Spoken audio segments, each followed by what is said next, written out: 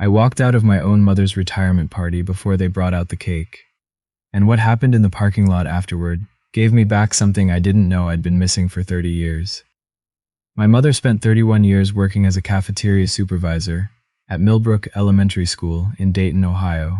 She got up every morning at 5, packed her own lunch in a brown paper bag, drove her 2009 Camry to work, and spent her days making sure 800 kids had something hot to eat. She knew every kid's name. She remembered allergies. She kept a stash of granola bars in her office for the ones who came through the line and pretended they'd already eaten. That was my mother. That was who she was. My name is Ray. I'm 52 years old. I sell commercial HVAC systems across 3 states, and I've been doing it long enough to be good at reading a room. That skill didn't help me that evening. I didn't see what was coming, and I should have. My wife's name is Suzanne. We met at a conference in Columbus 13 years ago, married after 2 years of dating, and for most of that time things were fine. Her family, her parents especially, were another matter. But I told myself that was manageable. A lot of people have in-laws who are difficult. You learn to nod, you learn to change the subject, you learn which topics to leave alone at the dinner table. Her father, Bernard, was a retired tax attorney. He had the kind of handshake that was meant to communicate something. Her mother, Gloria, had never worked a job she'd describe as work. They lived in a large house in Indian Hill, the kind of neighborhood where the driveways are longer than most people's commutes. They were not unkind people in the way that obvious cruelty is unkind. They were the other kind. The kind that makes you feel small without raising their voice.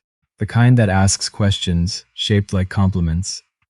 When Suzanne first brought me home to meet them, Bernard asked me 3 times what I did for a living, as if the answer kept disappointing him, and he was hoping it would change. Gloria touched my mother's name like it was a word in a foreign language she wasn't sure she'd pronounced correctly. My mother's name is Helen. She'd taken the bus to that first dinner because her car was in the shop. Bernard commented on it once, then moved on. Gloria didn't mention it at all, which was somehow worse. But we got through it. You get through things. That's what you do. My mother retired in June. The school threw her a small party on her last day.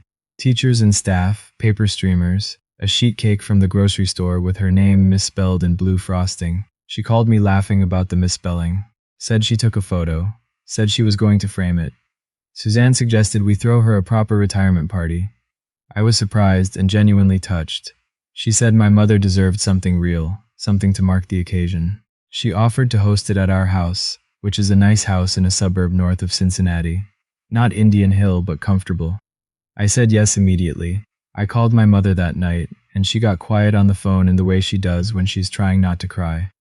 You don't have to do all that, she said. I want to, I said. Suzanne wants to. She was quiet again then. Okay, baby. Okay. I should have paid more attention to who was on the guest list. Suzanne handled most of the planning, which I thought was generous.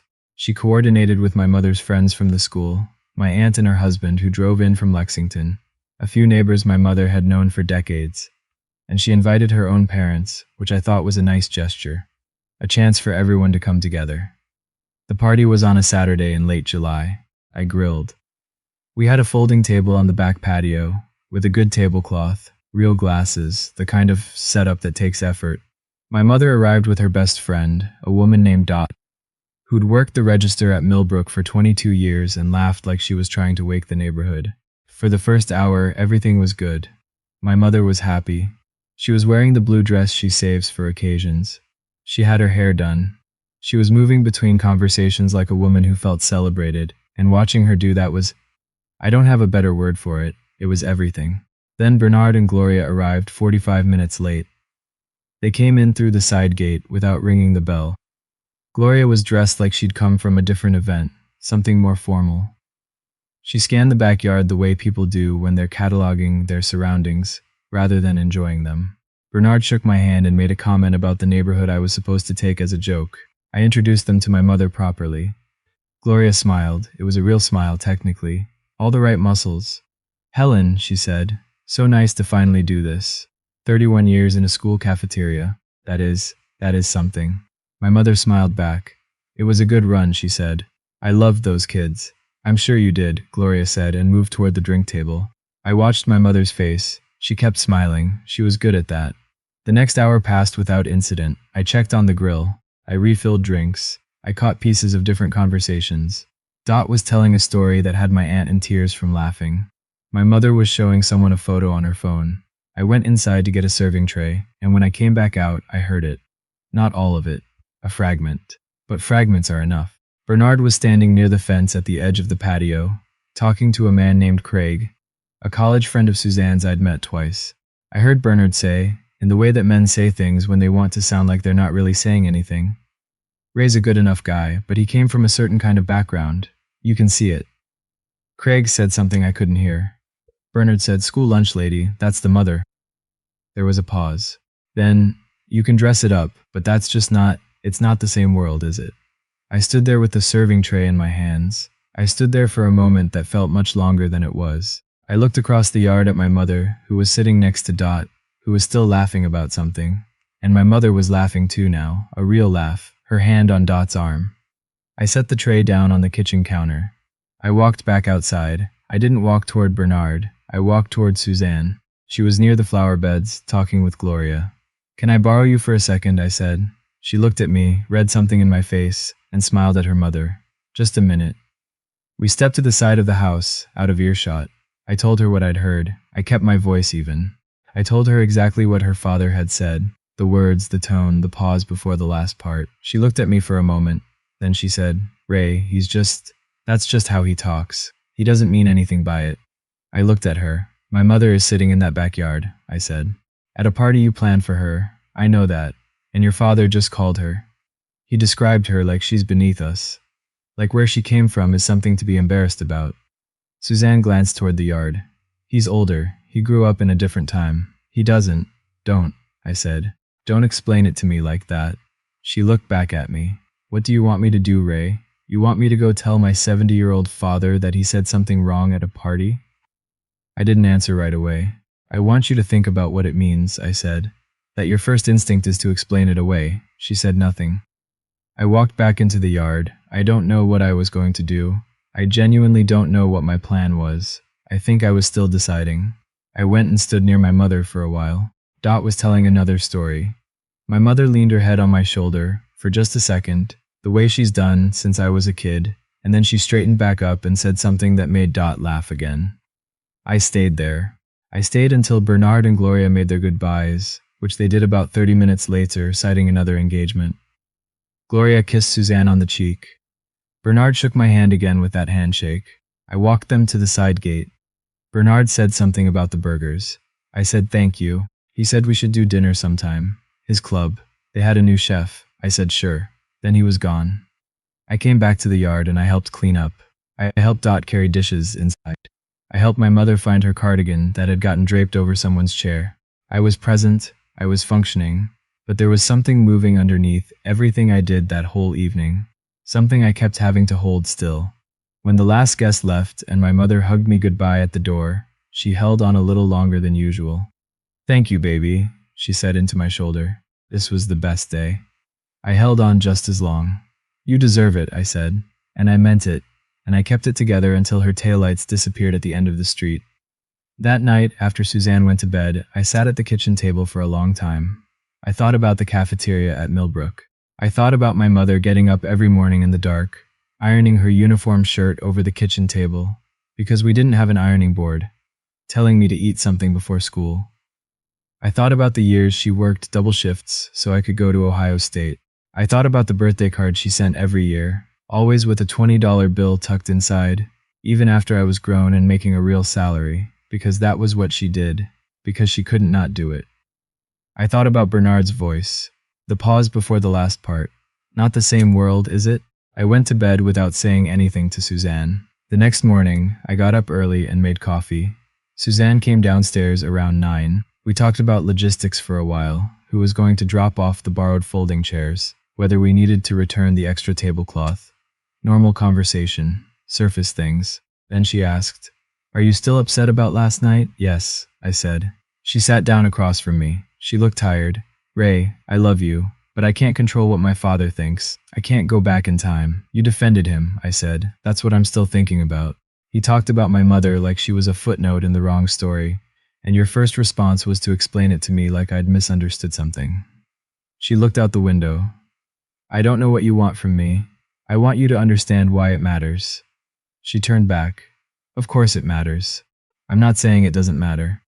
I'm saying I don't know what you want me to do with it now, after the fact, when he's already gone home. That's not the point. Then tell me the point. I thought for a second. The point is that when it was happening, your instinct was to protect him, not her. Suzanne's jaw tightened. She didn't say anything. My mother came from nowhere, I said. Her parents were sharecroppers from Georgia. She moved to Ohio at 17 with $40 in her pocket, and she built a whole life. She raised me alone after my father left.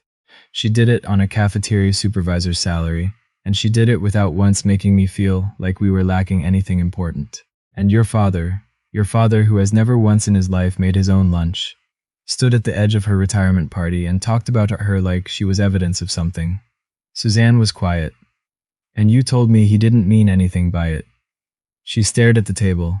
I don't know what you want me to say, she finally said. I'm sorry, I don't know how to make that better. I know, I said. I know you don't. I drove to my mother's apartment that afternoon. She lives in a 2-bedroom in Centerville, 15 minutes from where I grew up. She's had the same couch for 12 years. She has a shelf in the living room with photos, a plant she's managed to keep alive since 2015, and a framed cross-stitch that says something about home that a parent at the school made for her when she retired from her first cafeteria job in 1998. She was surprised to see me. I told her I just wanted to check in. We sat at her kitchen table and she made coffee that was much better than mine. She asked how Suzanne was. She asked about my work. She told me about a bird she'd seen from her window that morning, that she was pretty sure was a red-tailed hawk. I let her talk. I just let her talk. At some point there was a pause, and she looked at me with the expression she's had my whole life. The one that sees through whatever I think I'm hiding. What's going on, she said. I thought about not telling her. I thought about protecting her from it. But she's not someone who needs to be protected from things. She's someone who has survived things that would have unraveled most people, and she's done it by seeing them clearly. So I told her. I told her what Bernard had said. I told her what Suzanne had done. I told her about sitting at the kitchen table the night before, and I told her about the conversation that morning. She listened without interrupting. When I finished, the kitchen was very quiet. There was the sound of the refrigerator, a car going by outside. She looked at her coffee cup. Then she looked at me. Baby, she said, I've known men like that my whole life. I've been in rooms my whole life where someone like him decides what I am before I've said 10 words. That is not new. What's new is that you told me about it. She paused. The question isn't what he said. The question is what you're going to do with what you found out about your wife. I didn't answer, because that's what you're really sitting here thinking about, she said, isn't it? I looked at my hands on the table. Yeah, I said. It is. She nodded once slowly. She didn't offer advice. That's not what she does. She raised me to think things through myself, and she respects that still. We sat there a while longer. She told me about the hawk again, the wingspan, the way it had just sat on the fence post for almost 10 minutes like it owned the block. I told her about a job I was bidding in Columbus that was giving me trouble. We had another cup of coffee. When I stood up to leave, she walked me to the door. She held both my hands for a second, the way she's done my whole life, looking up at me. I got my height from my father. She never lets me forget it. And she said, You raised yourself right. Remember that. Not me. She said I raised myself right. She always does that. She deflects the credit. It's the most her thing in the world. I drove home thinking about what she'd said. The question is what you're going to do with what you found out about your wife. It took me 3 more weeks. Suzanne and I had several conversations. Some of them were painful and honest. In 2 of them, she said things that mattered. That she understood she'd reacted wrong. That her family had conditioned her to smooth things over. That she'd spent a lifetime managing her parents' behavior by minimizing it for everyone else. Those were real things. I believed she meant them. But the question underneath all of it kept coming back. And it wasn't about one evening, or one comment, or one wrong response. It was about the instinct. When it happened, what did she do first?